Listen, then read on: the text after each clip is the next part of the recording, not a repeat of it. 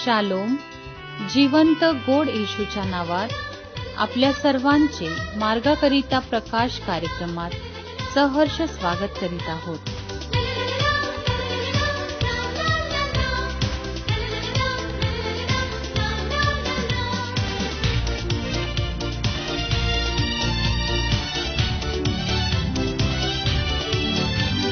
जीवंत आहे येशू, जीवंत आहे माझ्या हृदयी, येशू जीवंत आहे. संकटी तो माझा आधार, येशू सदा जीवंत आहे. जीवंत आहे येशू, जीवंत आहे माझ्या हृदयी, येशू जीवंत आहे. संकटी तो माझा आधार, येशू सदा जीवंत आहे.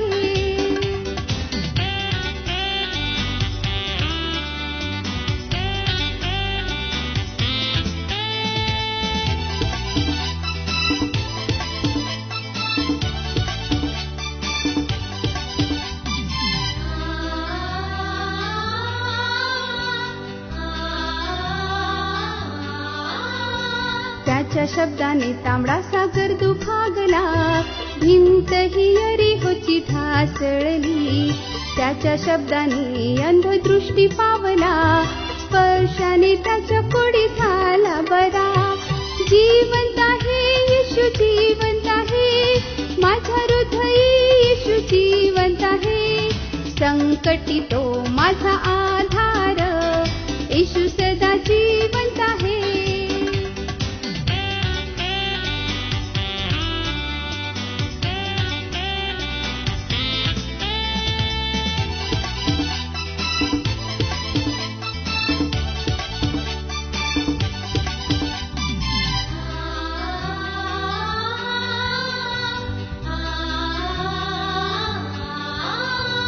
तुला न सोडता तुझ्या मागे चालणार, तूही मला न सोडता रोज सांभाळणार. मृत्यूदिनी प्रभू तू स्वीकारून घे, आपुला जवळ स्वर्गात मला. जीवंत आहे येशू, जीवंत आहे माझ्या हृदयी, येशू जीवंत आहे. संकटी तो माझा आधार, येशू सदा जीवंत आहे.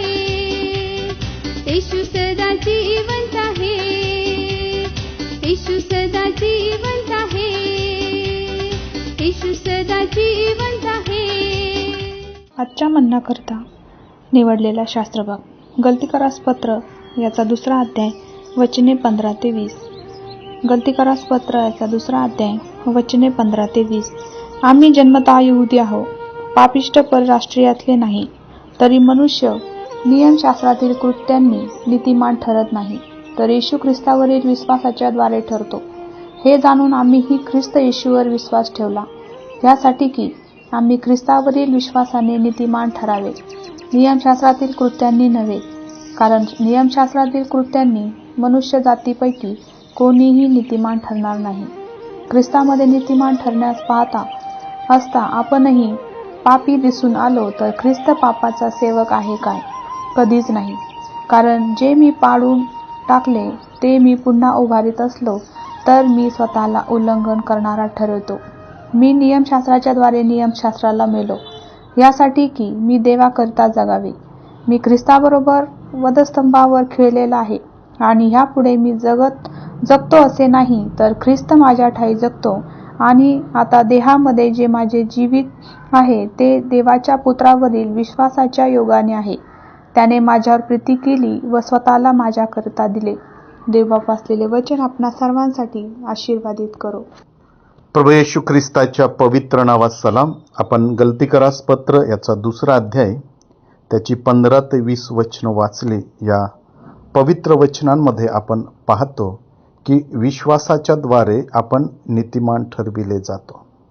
या ठिकाणी संत पौल ह्या मंडळीला पत्र लिहित असताना नियमशास्त्र आणि प्रभू येशू ख्रिस्त या संबंधाने काही गोष्टी शिकवत आहे.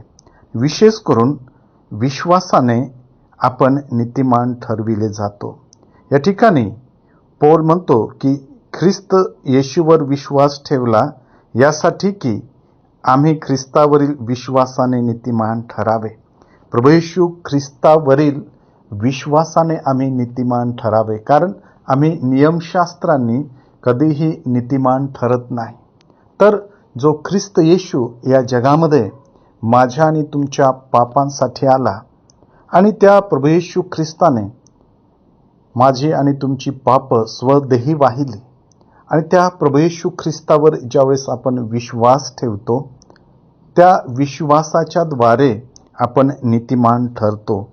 या ठिकाणी देवाचं पवित्र वचन सांगतं, 20वं वचन, की मी ख्रिस्ताबरोबर वधस्तंभावर खिळलेला आहे आणि यापुढे मी जगतो असे नाही, तर ख्रिस्त माझ्या ठायी जगतो. माझ्या प्रियांनो, या ठिकाणी पौल म्हणतो की मी आता ख्रिस्ताबरोबर खिळलेलो आहे. तर आता मी जगत नाही, तर माझ्या ठायी ख्रिस्त जगत आहे. म्हणजेच आम्ही आता ख्रिस्तासाठी जगत आहोत. आमचा जो देह आहे, आमचे जे शरीर आहे, हे ख्रिस्तासाठी आहे. कारण ख्रिस्तावरील विश्वासाच्या द्वारे आम्ही नीतिमान ठरविले जातो.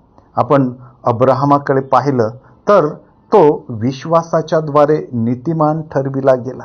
आणि म्हणून माझ्या प्रियांनो, आपण त्या प्रभू येशू ख्रिस्तावर विश्वास ठेवून नीतिमान ठरावं, कारण तो आपला तारणारा आहे. आपल्या सर्व पापांची, आपल्या सर्व अपराधांची त्याने क्षमा केलेली आहे. आपल्याला नीतिमान ठरवलं जावं म्हणून त्याने माझी आणि तुमची पाप स्वतःवर घेतली आणि त्याने मला आणि तुम्हाला नीतिमान ठरवलेलं आहे. म्हणून या ठिकाणी पौल म्हणतो की मी ख्रिस्ताबरोबर वधस्तंभावर खिळलेला आहे. म्हणजे माझ्यामध्ये जी आता कृती आहे किंवा जी कृत्य आहेत ती ख्रिस्तासारखी आहे. जे पाप माझ्या ठायी होतं ते मी आता वधस्तंभावर खिळलेलं आहे. म्हणजे मी ते प्रभू येशू ख्रिस्ताच्या रक्ताने धुतलेलं आहे. त्या वधस्तंभावरील ख्रिस्ताच्या द्वारे माझ्या पापांची क्षमा झालेली आहे.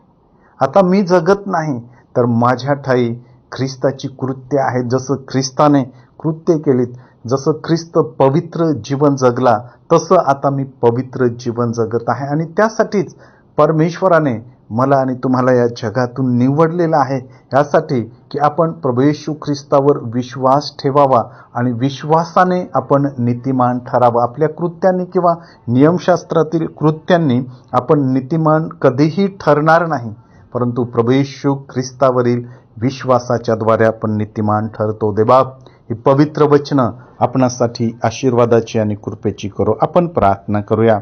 स्वर्गीय पित्या, तुझी स्तुती करतो, तुला धन्यवाद देतो यासाठी की पवित्र परमेश्वरा, आजच्या सुदिनी या सुंदरशा पवित्र वचनांच्या द्वारे तू आमच्याशी बोलला की आम्ही ख्रिस्त येशूवरील विश्वासाच्या द्वारे नीतिमान ठरविले जातो. आम्ही नियमशास्त्रांनी नव्हे, तर तुझ्यावरील विश्वासाने नीतिमान ठरविले गेलेलो आहे. म्हणून आम्ही तुझी स्तुती करतो. प्रभू येशूच्या नावात मागतो, म्हणून तो ऐक. आमेन.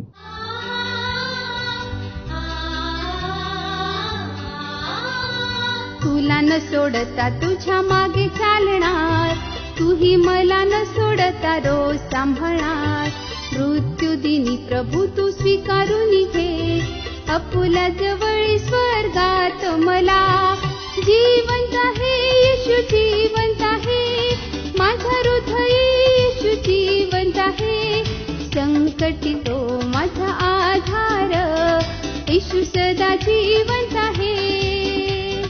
येशू सदा जिवंत आहे, येशू सदा जिवंत आहे, येशू सदा जिवंत आहे. माझ्या दुःखात माझे सांत्वन हे आहे की तुझे वचन मला नवजीवन देते. की आता आपण आपल्या प्रार्थना विनंत्या कोणत्याही वेळेस विश्ववाणी प्रार्थना केंद्राला टोल फ्री नंबरद्वारे कळवू शकता. आमचा टोल फ्री नंबर 1-800-2700-333. आम्ही आपणासाठी या नंबरवर प्रार्थना करण्यास उपलब्ध आहोत. धन्यवाद.